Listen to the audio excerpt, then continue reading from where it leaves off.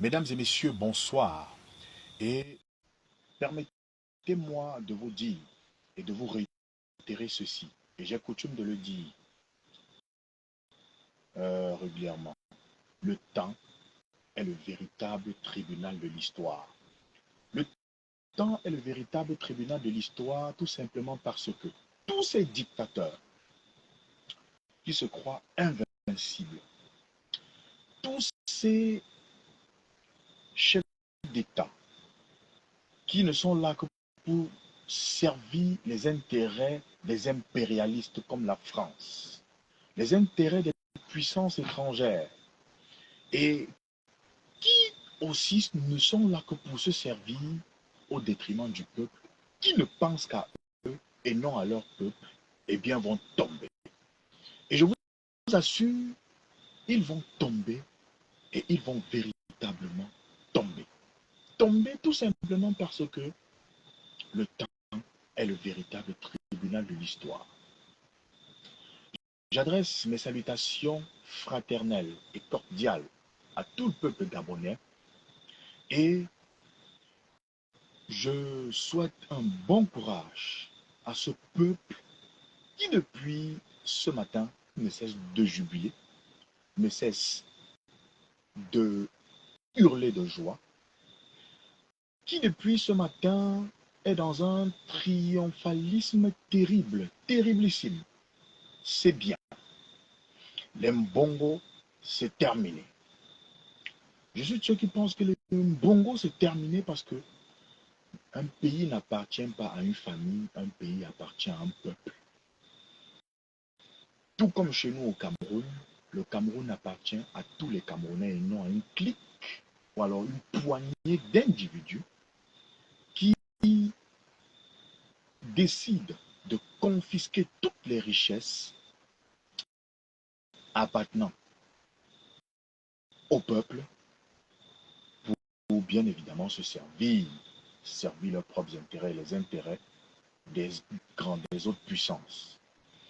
Je dis donc, je ne vais pas faire, je ne vais pas être triomphal.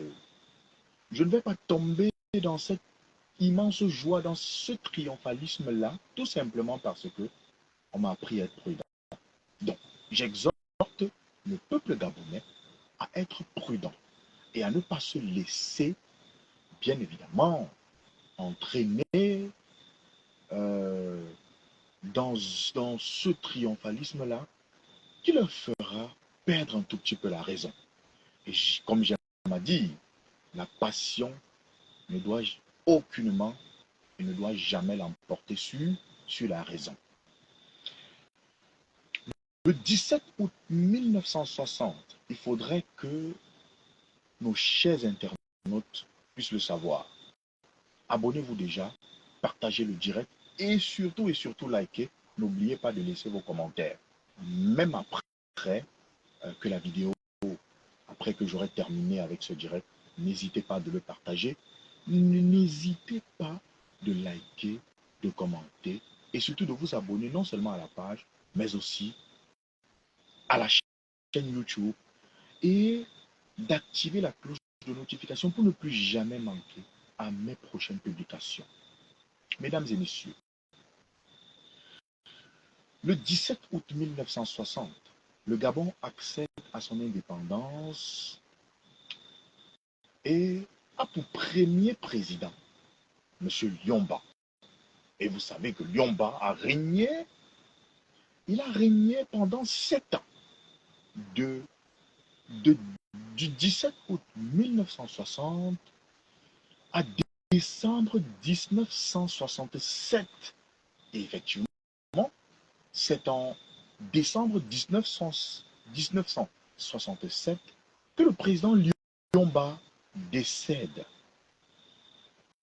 Il décède quand même suite de maladie. Et il est remplacé par Omar Bongo Ondimba. C'était en décembre 67. Et bien évidemment, il prête serment en janvier 1968. Mesdames et messieurs, de 1968 à 2009, Cela, il a régné donc Omar Bongo Ondimba pendant près un peu plus de 41 ans. C'est-à-dire que de 1968, lorsque vous prenez 1970, 90, 2000, 2009, il a régné pendant 41 ans. Ça, il faudrait que nos internautes, les peuples le sachent. Pendant 41 ans. Que donc? Le monsieur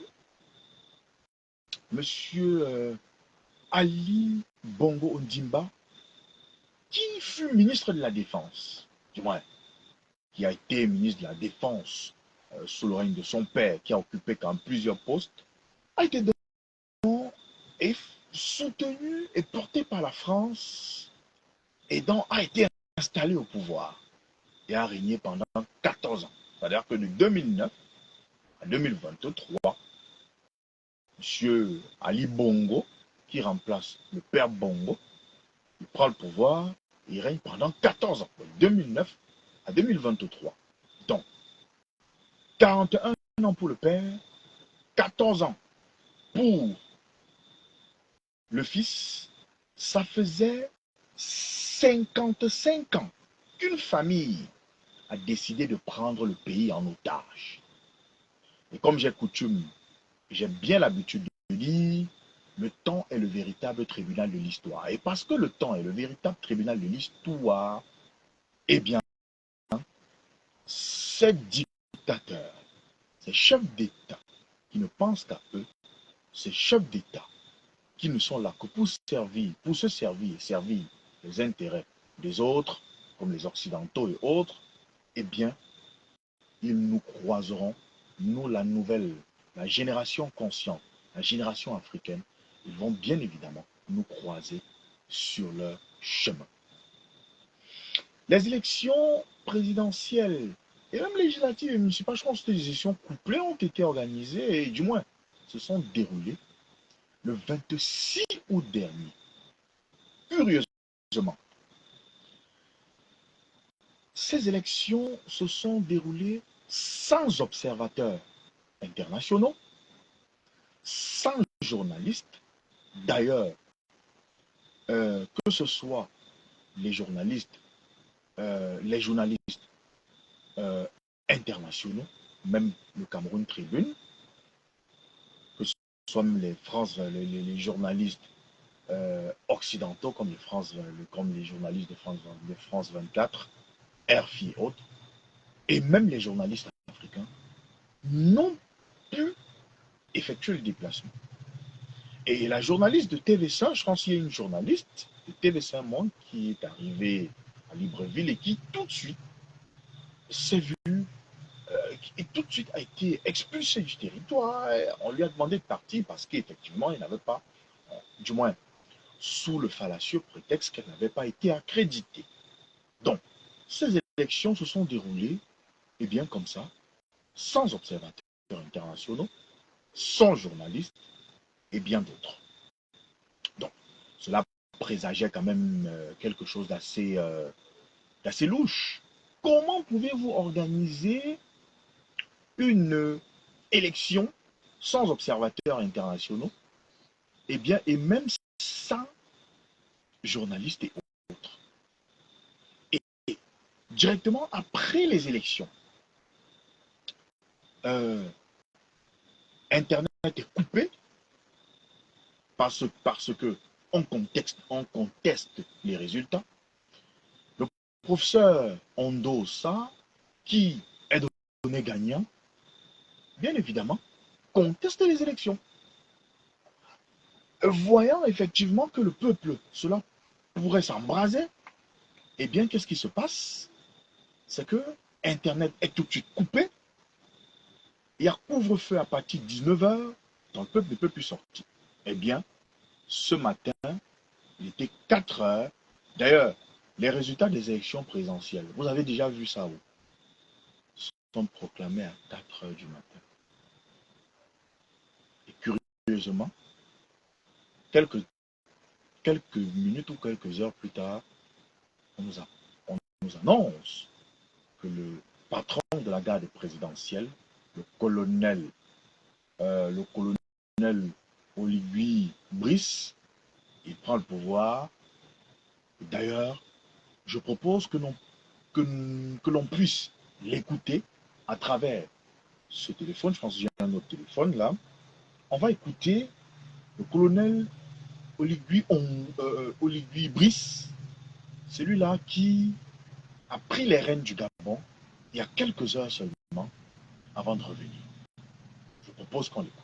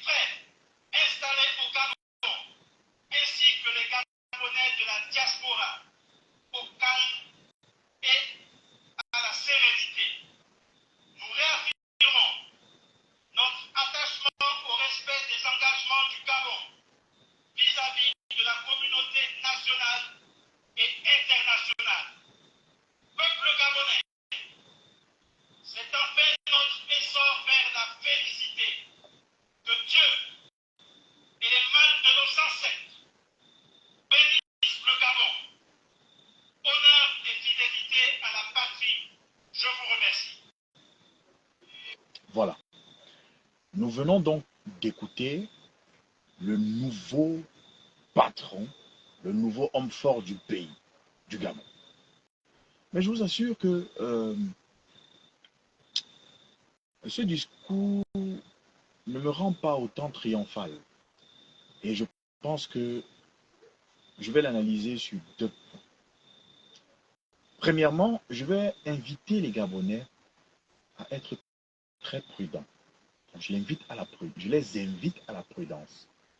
À la prudence parce que, premièrement, les élections sont proclamées et quelques heures plus tard, il y a coup d'État. Ça m'interroge. Et lorsque vous observez la Côte le Niger, le Burkina Faso,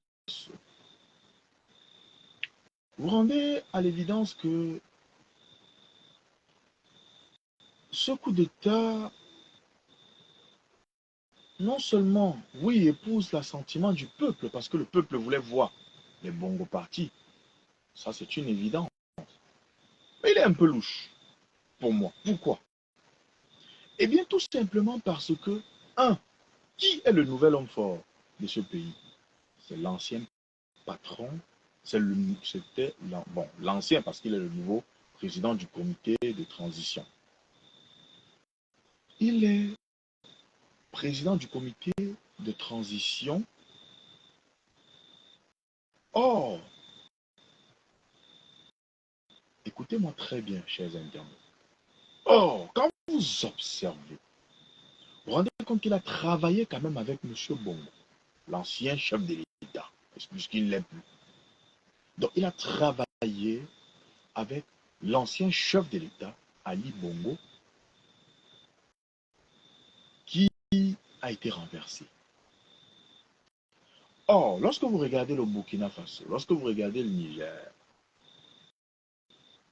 c'est vrai, on va me dire que Gianni était général, elle général, il a travaillé dans ce gouvernement, mais Gianni n'avait pas été nommé par exemple par Bazoum. Or, c'est Ali Bongo qui fait quand même nommer M. Oli Brice comme patron de la garde présidentielle.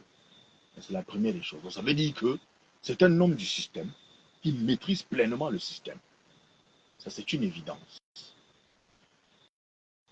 Deuxièmement, d'où je prends le cas du Burkina Faso, d'où sort le capitaine Ibrahim Traoré.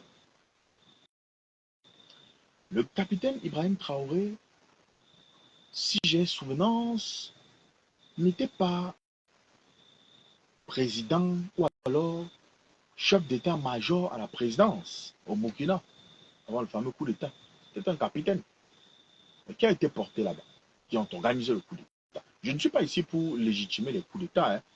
Pour moi, je pense que les coups d'État militaires, d'ailleurs, quels que soient les coups d'État, il ne faut pas encourager les coups d'État. Parce que les coups d'État, quoi qu'on dise, ce n'est pas une bonne chose. Nous, ce que je souhaite, moi, c'est que le pouvoir puisse se prendre par les urnes et au au travers des élections. Maintenant, lorsque vous regardez, là c'est mon deuxième point. Deuxième point. Regarde, suivez le discours. Le peuple gabonais dit que c'est Albert Ondo qui a gagné les élections. Le professeur Ondo, ça, pardonnez-moi, qui a gagné les élections. Or, qu'est-ce qui se passe? C'est que on ne parle plus du professeur Ondo Ossa. Le CTFI, ce conseil de transition-là, ne parle plus, ne parle même pas du professeur Ondo Ossa. C'est-à-dire il a déjà été balayé. C'est-à-dire qu'on ne l'évoque même plus. Maintenant, on parle plutôt d'une transition avec les militaires au pouvoir. Et cette transition-là,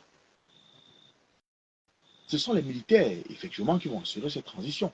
Mais à la fin, qui est-ce qu'on installera au pouvoir?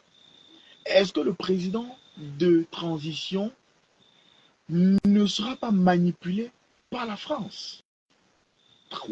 Troisième point d'analyse, troisième et dernier point bien sûr, est-ce que ce n'est pas la France qui est derrière ce que je vais appeler ce simulacre de coup d'État? Parce que ce coup d'État est tellement, c'est-à-dire que les gens sont calmes, c'est doux, bon, je ne sais pas qu'il y ait de morts, mais c'est-à-dire que les militaires là, sont là, tranquilles. Eh bien, parce que, je vous dis, lorsqu'on conteste les élections, généralement on vous dit, c'est tel qui a gagné. Je vous prends un exemple. Du moins, lorsque dans certains pays, lorsque vous regardez en France par exemple, on vous dit par exemple que Emmanuel Macron, on n'a plus besoin de lui. Par exemple, je prends juste un exemple, hein, on n'a plus besoin d'Emmanuel Macron. Ça veut dire que si aujourd'hui, Emmanuel Macron arrivait à perdre, arrivait par exemple à être éjecté du pouvoir, mais si Emmanuel Macron arrivait peut-être à être forcé, bon, du moins, s'il était forcé de démissionner, par exemple, et même s'il y avait coup d'État en France, je prends juste un exemple un tout petit peu banal, vous, vous devriez vous rendre compte que après ce coup d'État, on devait plutôt demander aux Français, du moins à celui-là. Bon, je prends de très mauvais exemples aussi. Je dis ceci.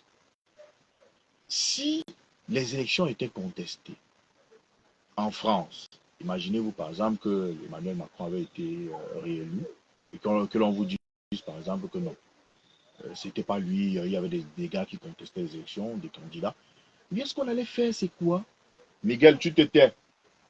Maintenant, qu'est-ce qu'on devait faire? on devait immédiatement leur dire, permettez, chers internautes, veuillez m'excuser, je dis, Miguel, tu te tais. Oh, ce sont les enfants. Donc, chers internautes, immédiatement, je dis bien immédiatement, vous devriez vous rendre compte que tous les Français devaient sortir massivement, je dis bien massivement, pour contester les élections et pour dire c'est telle ou telle personne qui a gagné. Mais qu'est-ce qu'on dit? On ne parle plus de monsieur Ondo Ossa, du professeur Ondo Ossa. Non, on ne parle plus de lui. On parle plutôt d'un comité, un comité de transition, un conseil de transition. Vous suivez? On parle d'un conseil de transition. Donc ça c'est clair. Or, dans les discours, mais rien, ça dit que dans les discours, ça semble être quelque chose de très bien organisé par la France. Parce que vous savez que Ali Bongo n'était pratiquement plus en odeur de sainteté avec le peuple gabonais. Le peuple gabonais n'en voulait plus. La France, donc, se voyant perdre ses colonies, du moins, voyant sentant ses intérêts menacés, eh bien, qu'est-ce que la France fait? La France, voyant aussi le Burkina Faso, le Mali, euh, euh, le Burkina Faso, le Mali, le Niger, lui échapper, se dit non, je ferais mieux d'anticiper. Parce que, en fait, tout portait, du moins, les signaux nous montraient bien évidemment que non, je vous assure, les signaux nous montraient que le peuple gabonais allait sortir pour réclamer le départ, pour contester les élections et accuser la France. La France, ne voulant pas se faire salir, la France, ne voulant pas se faire salir, la France, ne voulant pas se faire, comment je veux dire ça, la France ne voulant pas se faire une fois de plus souillée, permettez l'expression, c'est dit, on peut anticiper ce coup d'État. Et c'est comme ça qu'elle décide, ça c'est mon analyse, d'anticiper, elle décide donc d'anticiper le coup d'État en installant ce que vous voyez là. Donc, ça c'est une analyse que moi je peux faire. La France, donc, il se pourrait, moi je pense que la France pourrait être derrière ce coup d'État. La France pourrait bien évidemment être derrière ce coup d'État. Et si la France est derrière ce coup d'État, croyez-moi, et bien évidemment, c'est pour sauvegarder ses intérêts et non les intérêts du peuple gabonais. Vous savez qu'il y a beaucoup de voix au Gabon. Le Gabon est un pays extrêmement riche. Et donc, la France a tout intérêt à ne pas perdre le Gabon. Après avoir perdu le Mali, le Burkina Faso, le Niger, la France ne peut pas perdre le Gabon. Donc, moi, je suis très prudent. Je suis très prudent et j'attends de voir ce qui se passera, bien évidemment, dans les prochains jours ou alors dans les prochaines heures pour, pour bien évidemment, approfondir mon analyse sur la question. Mais avant, je dis, courage au peuple gabonais et on souhaite qu'il n'y ait pas de sang versé et nous interpellons encore tous ces dictateurs qui ne pensent qu'à eux et non au peuple, qu'ils vont nous croiser bien évidemment sur leur chemin. Très chers internautes, sur ce, je vais devoir vous laisser, mais je dis que cela interpelle les autorités camerounaises. Parce qu'en même temps, au Cameroun, nous souhaitons que la vie, nos conditions de vie puissent changer. Tellement de diplômés qui n'ont pas de travail. Voilà même que les thèses doctorales, les inscriptions en thèse doctorale ont été suspendues dans pas mal d'universités. Pourquoi? Parce qu'il y a beaucoup de docteurs qui chôment. Et si on a un pays qui a formé les intellectuels et qui forme les intellectuels et est incapable de les faire recruter, non seulement dans les universités, dans les dans les structures, ou alors faire en sorte de mettre sur pied des canaux qui leur permettra de se battre tout seul, eh bien, c'est que c'est un État qui a échoué. Donc, mesdames et messieurs, je vous demande, donc, mesdames et messieurs, je vous remercie d'avoir été attentifs, de nous avoir écoutés, et que Dieu bénisse le Cameroun, et que tous ceux qui nous gouvernent, qu'ils comprennent qu'ils ne sont pas éternels, et qu'ils comprennent qu'eux aussi peuvent tomber un jour. Le temps est le véritable tribunal de l'histoire. J'étais Florent Pagny, votre humble serviteur. Bien le bonsoir à toutes et à tous.